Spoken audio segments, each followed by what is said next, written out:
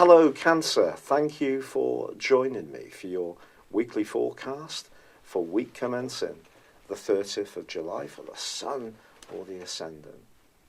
Now of course, the Sun itself is in the sign of Leo, which is lovely for you when it comes to resources, but Mercury is in the same sector tracking backwards. So there could be a situation where someone owes you some money, they're being a bit evasive about it, it's not necessarily flowing back to you as you want. Your idealism can also be challenged by life's realities this week on the back of the quarter moon, which occurs in the sign of Taurus. There's also a supercharged right angle between Mars and Uranus. Now Uranus is in the part of your scope which can make you much more outspoken, much more independently minded.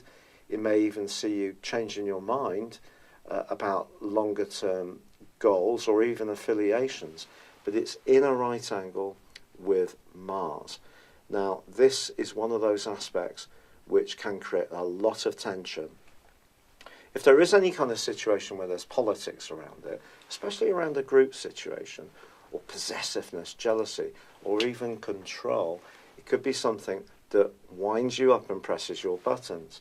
But of course, like in all these situations, we will have to be aware of our own attitudes and motivations, not just those of other people's. Ironically, Uranus forges a brilliant angle to Saturn, suggesting there may be another situation where a more progressive way of looking at life can actually be very good for one key relationship. And Jupiter also continues to forge a magical angle to Neptune.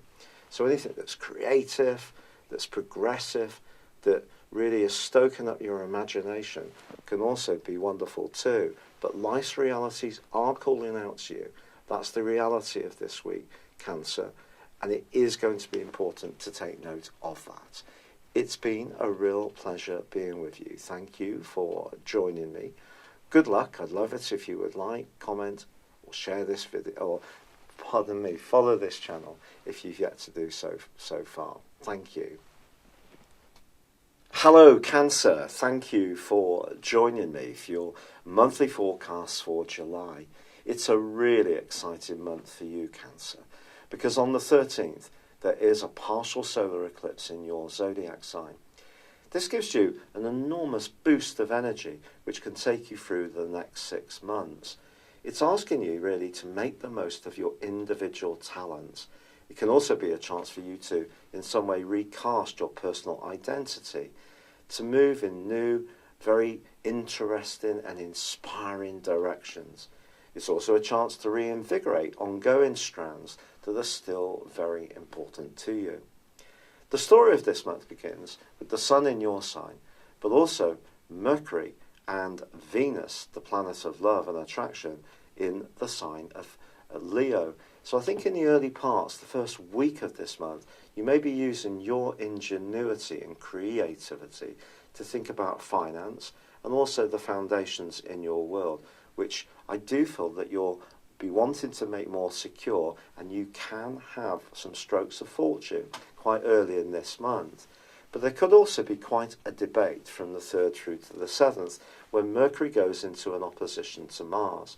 Now Mars is in a highly passionate part of your scope for the whole of this month. In fact, he's going to be here in his retrograde all but for 2 weeks through to the middle of November. And Mars is going to be making some contacts with other planets too. But the important thing to remember is that Mars in Aquarius is an interesting combination. Mars is the co-ruler of Scorpio, but it's also the single ruler of Aries. It is about our need for instant gratification. It's about desire. And in the 8th house, it is about being intimate. So it can be about sex, but it can also be about wealth and worth. But in Aquarius, it's just given a bit more detachment for you. But that opposition with Mercury suggests that you could be buzzing with an idea and could find that someone that you introduce this idea to seems a little bit disinterested, and you may find yourself needing to try to persuade them, which could prove to be hugely frustrating. But try to stay cool. Tactics are going to be important this month, because on the 10th, Venus is moving into a fine location for you. and your word power will be boosted by her for the rest of this month. Also on the same day, Jupiter, the planet of growth, ends a 4-month retrograde in your sector of personal expression, of joys. And if it's anything to do with your love life or your children or an interest or hobby you have seemed to have been treading water, things can improve from here on in. Jupiter also continues to forge an amazing angle to Neptune all through this month. It's true the space between the exact sextile between them is 3 degrees, which is a wideish orb, but I do think it's still going to be there, which points towards the need for knowledge. Knowledge gives you a sense of empowerment. So you could be travelling to obtain that knowledge, you could be going to see shows or bands, or perhaps some kind of performance is something that will intrigue you, or you have ideas that you want to impart to other people. Believe in yourself. Jupiter is going to be helping you fulsomely. But then that brings us to this partial solar eclipse. But the key to this eclipse is that in the second week of this month, the Sun goes into an opposition with Pluto. This is one of the toughest of all the planetary aspects, because Pluto is about change, and it is a tiny entity, but it's also about secrets, it's also about power, and it's in your sector of relationships. Now the Sun is in your sign, which is how you see yourself.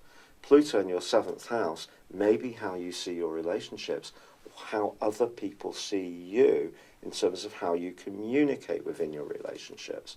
So because Pluto is on this partial solar eclipse, the next 6 months are going to see some mightily powerful exchanges around relationships for you, for good or for bad.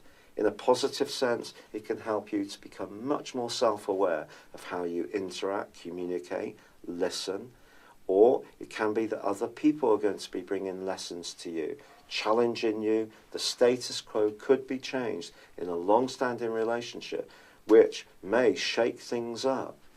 And of course, Uranus, the planet of surprises, moved in the middle of May into the part of your scope to do with your future.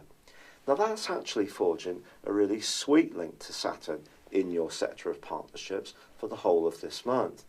This points towards you having an openness to new ideas and people and ways of being. There may be part of you that wants to be a bit more of a free spirit and yet retain some kind of connection to the key security in your life, but it must work for the other person too. Just be conscious of that. But if you're footloose and fancy free, I do feel the combination of all these energies could bring someone into your world who can both shake it up, be exciting, intoxicating, but actually very good for you too. Now the 23rd sees the Sun move out of your sign and into the sign of Leo, joining up with Mercury. But then on the 26th, Mercury slams on the brakes and goes into a retrograde. From that point through to the end of the month and into the early days of August, you need to work hard at any financial issue. Micromanage everything.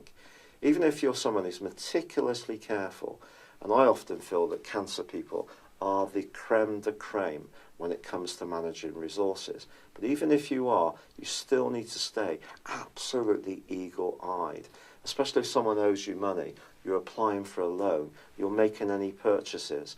Also with Mercury tracking backwards in your sector of values, your values themselves can also go through a period of transition. And this is going to be reinforced by the total lunar eclipse, which occurs on the 28th in the sign of Aquarius, which is going to be combining with Mars. So the Moon conjunct Mars is quite a turbulent combination. And then across the heavens we have the Sun combining with the North Node in Leo. If there are issues in an ongoing relationship about intimacy, money, values, how things are shared cooperatively, how ideas are expressed, it's either going to be a tremendous reverberation of positive energy, or I feel it's going to be quite challenging. So over the next 6 months, if there are deeper issues at play in any kind of relationship, they are going to come out during the last half of 2018. Fortunately, Venus forges a beautiful link with Pluto in the last week of this month. So if you're lucky enough to be in a very positive relationship, that and Jupiter's angle to Neptune can bring you very closely together. But if there are politics washing around, issues and emotions to do with possessiveness, control, jealousy can really come up very, very powerfully on the back of that lunar eclipse. I'm just being truthful. And also in the last 10 days of this month, there's going to be a repeat of an aspect which occurred in the last half of May, and that is a square between Uranus and Mars in the signs of Taurus and Aquarius respectively. Again, if you think about it, Uranus is about freedom, Taurus for you is the 11th house, so it's very Aquarius, so it reinforces that freedom agenda, whereas Mars in the 8th house is very Scorpionic. It's about passions being raised. If there is a situation where you feel that someone is almost draining you of energy or being too clingy, not allowing you to have the freedom to be an individual, or perhaps it could be working in vice versa, or there could be a group where there's too much politics washing around for your taste, then again, you may need to try to find a way to sanctify yourself, to purify your being. And this partial solar eclipse, I cannot underestimate the importance of it to you, that it is an opportunity to recast yourself in such a dynamic way, but you just can't do it in isolation to your contacts with other people. So creating a sense of collaboration is just going to be as important as making sure that your own identity is evolving in a way which makes you happy. It's been a real pleasure being with you. I'd love it if you would like or comment on this video, or if you've yet to do so, subscribe to my channel. But for now, thank you and goodbye. Hello, thank you so much for watching my video. I'd love you to join me at my Horoscope Ace app. You can find this at www.horoscope-ace.com.